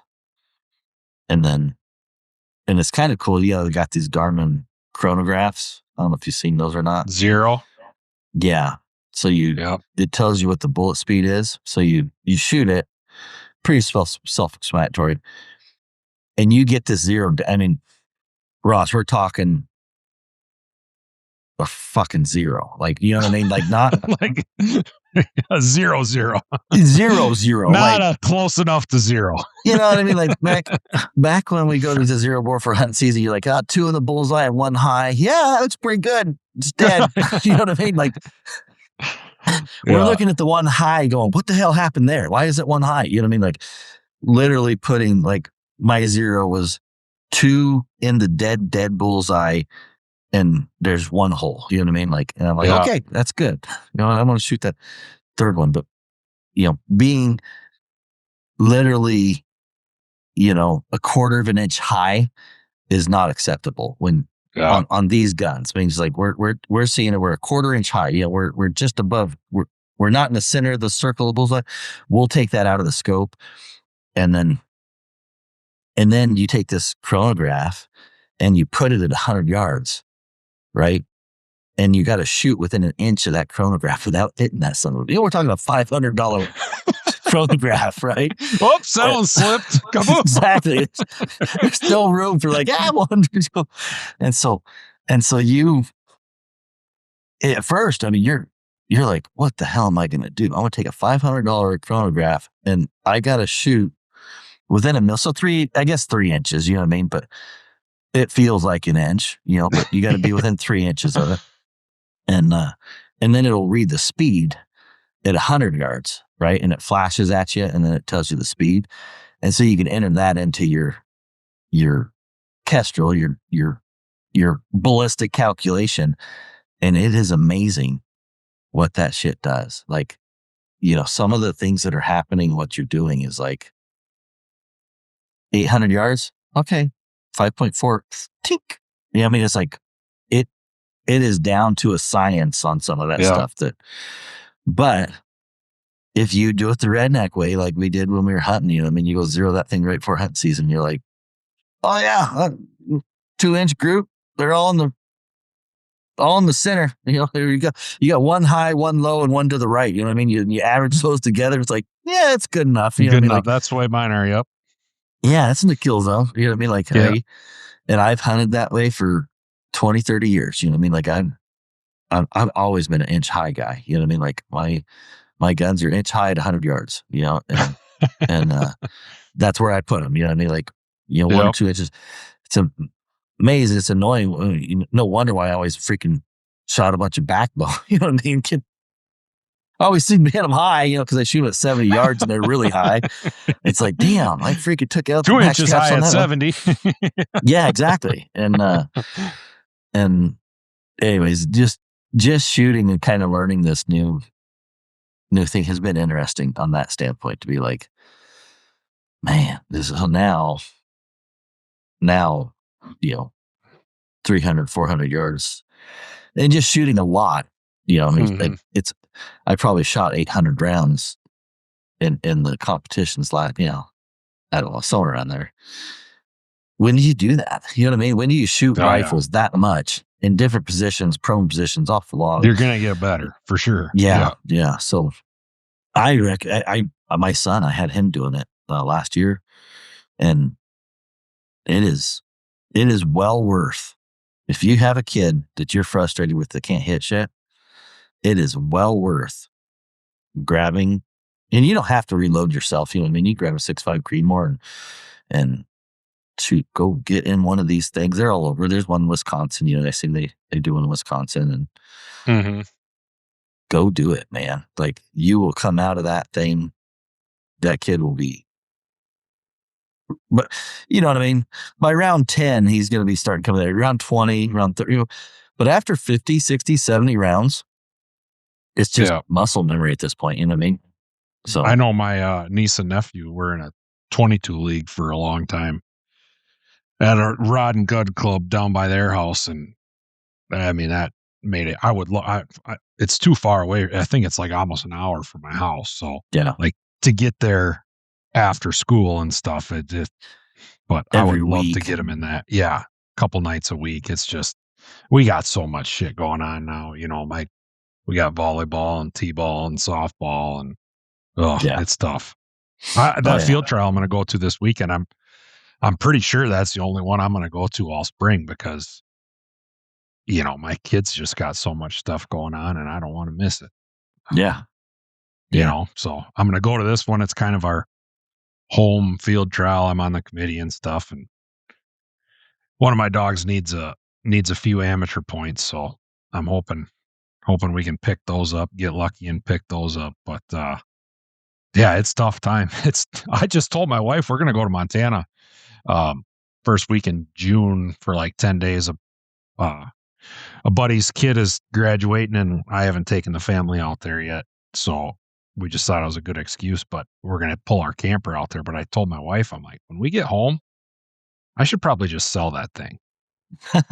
And I thought she was gonna shoot that down, but then she thought about it and she's like, "You know what? You're probably right." I'm like, "Yeah, because I can't think of another time that we're gonna use it this year." We're just so busy on the weekends. I know my camper's Makes in it a, tough. a part where it's like I won't get much for it. Oh, You know what I yeah, mean? so you might as well yeah, ours is only a couple years old, I Yeah. told like, if it was 10 years old, I'd probably say, "Just keep it." But Yeah. from what I see with campers, like Mine's 20. I got 20-year-old fifth wheel. yeah, so you're not losing any money on it, but when we were looking for a camper, I was looking at like new used ones, and it's like if they were less than 3 years old, you might as well just buy a new one because they're Yeah. pretty close. But when they're 10 years old, they're Yeah. worth like less than half as much Nothing. as you paid for it. So that's why, it's only 2 years old. I'm like, we should just sell it. Otherwise, we're going to sit here and stare at it and try to keep mice out of it for the next 2, 3 Yeah. years and then decide to sell it and lose 10 grand on it. I know. Yeah. That's where I am. It's like, man, I've had it listed for a little while for more than it's worth, just because I'm like, because it's built aluminum. Sure. It's a toy hauler that it's kind of hard to find. The big floor Yep. plan open toy hauler like that. But um, at the same time, I'm like, dude, at some point, I'm like, I'll just keep it. It's like a little cabin. If you come out here and be like, hey, you can have the You got a place to trailer, get a stash nice people. bed, and Yeah. people can have their own little space. Like, actually, our uh, grandmother or whatever came in this weekend, and she's staying in it. So that part was really nice. Is you can just set it up Yeah. for guests, and they can have their own space. Somebody shows up. My buddy James will come in here, so we'll just have it's always set up and ready. It's like a bed, and so that it's like, man, I don't want to lose that. But Yeah, I don't for know sure. what part of Montana. We're gonna go south of Missoula. So Okay. I'm gonna stop and see Andrea and Bozeman. We'll stay there for a night and hang out with her for an afternoon or whatever, and then We're actually going to stop in South Dakota in the Black Hills on the way out. And then I think we're going to Yeah. stay. Yeah, we'll stay in Bozeman, and then we'll go south of Missoula down there by Stevensville for a few days. Graduation party and see them. We don't. They come out bear hunting every couple of years, but I haven't had the kids out there yet, and I mean, I absolutely love it there. Yeah. If I Mo- Missoula's a hadn't fun set up, place. yeah, if I hadn't set up roots here or whatever, I'm surprised I didn't get out there before I before I got married and everything, or stay out there, I should say.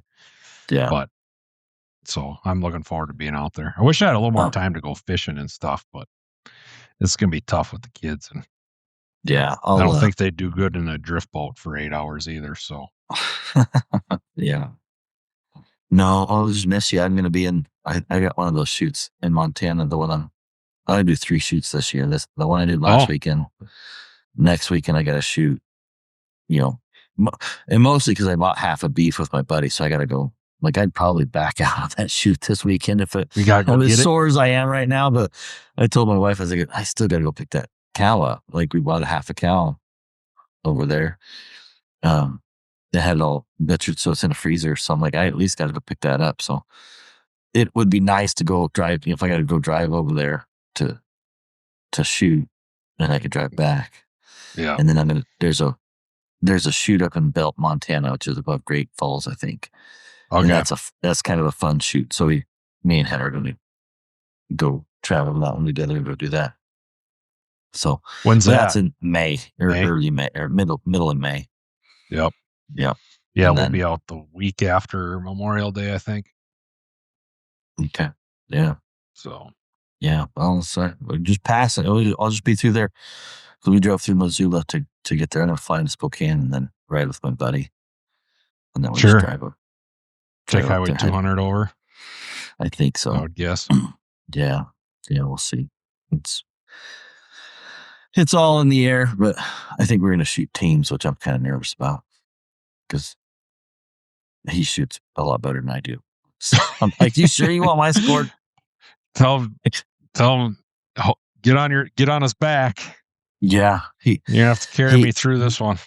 we shot teams last year as my first time or whatever. And one of the range officers was like, man, you guys argue more than a freaking husband and wife team. We're all pitching. I said 1 mil to the right. I'm like, I'm trying. we're pretty fun. But the others are like, you guys argue more than our husband and wife do. I'm like, yeah, well. But as 2 hound guys, we had a lot of fun with it. But hell, it's interesting. Well, All right. I think that covers it. We need to we talked about this offline, but there's this links deal, and I need to do some research on this, but I was at Oregon, and one of the biologists was talking about the endangered species for the lynx, and that I think there's going to be possibly some restrictions coming up about it due to take. And so anyways, I need to try to find a contact to that and see what that means. I think it might be like Idaho, Montana, in those areas that even treeing a lynx considers a take. And there's in the next couple of years there might be some more restrictions that are popping up because of that. So I don't know, but it's Probably end on up our being agenda. like the grizzly bear restrictions and stuff in Wyoming, I would assume, or in Montana now that they got a bear season. There's some areas you can't hunt and whatnot. Something like that. I don't know what, but it was just mentioned in passing at OESTA. And it kind of triggered something in me that I was like, man, I want to go learn a little more details about that Look into because, that a little bit. yeah, she's like, oh, it's not going to affect Oregon, whatever. But my mind was like, okay, well, where is it going to affect, right? And so I don't know if it was Montana or Idaho, but there was.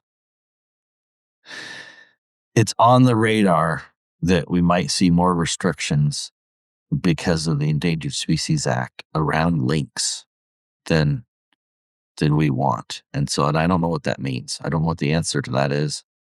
I really don't know very much about it, except for this is probably something we're going to see in a couple of years. And so I'd like to at least try to have the conversation ahead of time so that we can Mhm. figure out what we can do.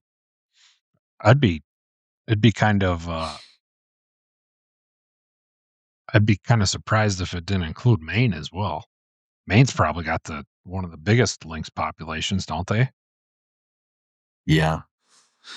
I don't know. I mean, yeah, but it's probably a different population over there, I'm guessing.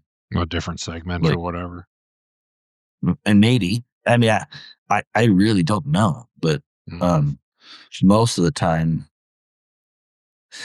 I don't think the endangered species would, you know what I mean? Like, I kind of feel like, and I could be totally wrong, but I kind of feel like the lynx population in Maine is unrelated to the lynx population in Montana. Well, except for the fact that they're all protected by ESA. Yeah, but the wolf population, if I just looked at the wolf population in Wisconsin, hell, you guys had a freaking hound season. You know what I Well, mean? they weren't protected then, though. Yeah, but what I'm That saying was is when they they were were, off the but they yes. were in the Yeah. US, right? No, So not then. They had been yeah, delisted for that year, well, they were still and for then they got put Washington. back on. So, okay. Yeah. I don't Anyways, I just don't know. Like Idaho, you can, you know, what I mean? So like, yeah. And I don't know the details. Like I said, I really don't, but, I kind of feel like there's something there that we need to kind of pay attention to. sure. Just hearing this biologist talk, and I'm like, so I need to try to call and find the federal, because it's going to be federal side. It's not going to be state side. It's going to be a Just call federal. Trump and ask him. I know. Trump Jr. He's a big hunter. Get Maybe them Hunter out. knows. Yeah. Yeah. Anyways, but that's just something we need to, I want to look at and just dig into. So Yeah, well, it would be nice if if you had the details on that to kind of let people be aware of it before it all of a sudden just something getting slapped down and, all of a sudden these guys are not able to bobcat hunt in certain areas or something. So it would be yeah. nice for sure to get a heads up on that or Yeah. And it's something to do with, I think like the the protection says that they allow like 6 take situations. It's like when you're dealing with the endangered species, they have what's called take, right? They call it take. So it doesn't necessarily mean kill. It just means take. And so a car hitting a lynx can be considered a take. It means, you know, that animal was affected by, you know, whatever.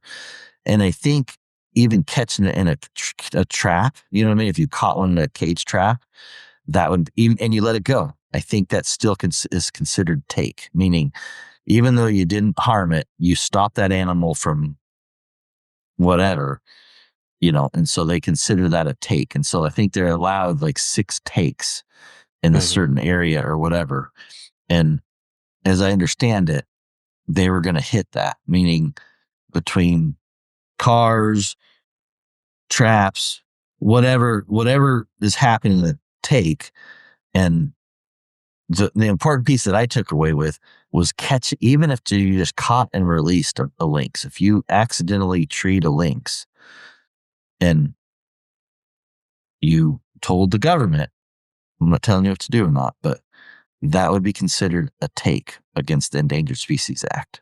And so don't tree a lynx is what my first statement is. It's like, hey, did you tree a lynx? No, you don't tree a lynx. You didn't tree a lynx. You didn't see it. I mean, like, that's the What first thing, links? because what lynx? What do they even look like? But, you know, I, because I just don't know what that means. But if I'm correct in my assumption, and I'm again, I don't know, but if treeing a lynx is considered a take, and we tree 6 lynx in a year, all of a sudden the government can be like, hey, bobcat hunting is affecting the lynx population because bobcat hunters caught 6 lynx and they filled up the take quota of the even if it's endangered species incidental. act.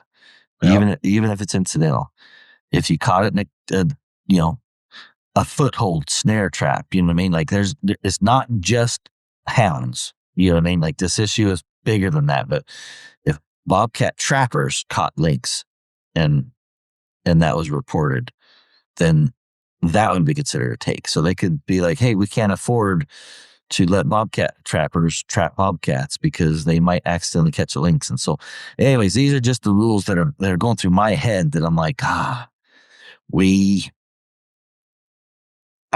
just need to be cautious about that. And we need to I try to be proactive rather than reactive. Learn what they're doing. Number one, see if that is, maybe I'm just full of shit. Maybe this isn't even a thing, but you listen to her and the light conversation I had with her, I'm like, yeah, she was like, yeah, this is something that, hound guys should be paying attention to. And so that's kind of where I'm at. So I'm like, yeah, this might be something as a cat hunter we need to pay attention to. I don't know what the answer is, but don't tree a lynx. What lynx? Don't tree a lynx. Don't take those cool pictures of lynx. Don't do nothing with the lynx. You leave them sons of bitches alone. They're dirty. Unless you're in Canada, then it's fun. Unless the weather sucks the whole time you're there. Yeah. Then it's not fun. It is not fun. No, then it's a really shitty trip. Yeah. No treeing lynx over there. Ross is not treeing lynx over there on the shitty weather. I did not hurt the take when I was in British Columbia. That's for sure. There was no take of the lynx. No catch and release. There was no pictures. There was nothing. Yeah. Anyways, but yeah, we'll have to chase that down. If anybody knows about that, I would like to reach out and talk to me or have a conversation. Yeah, I'd like to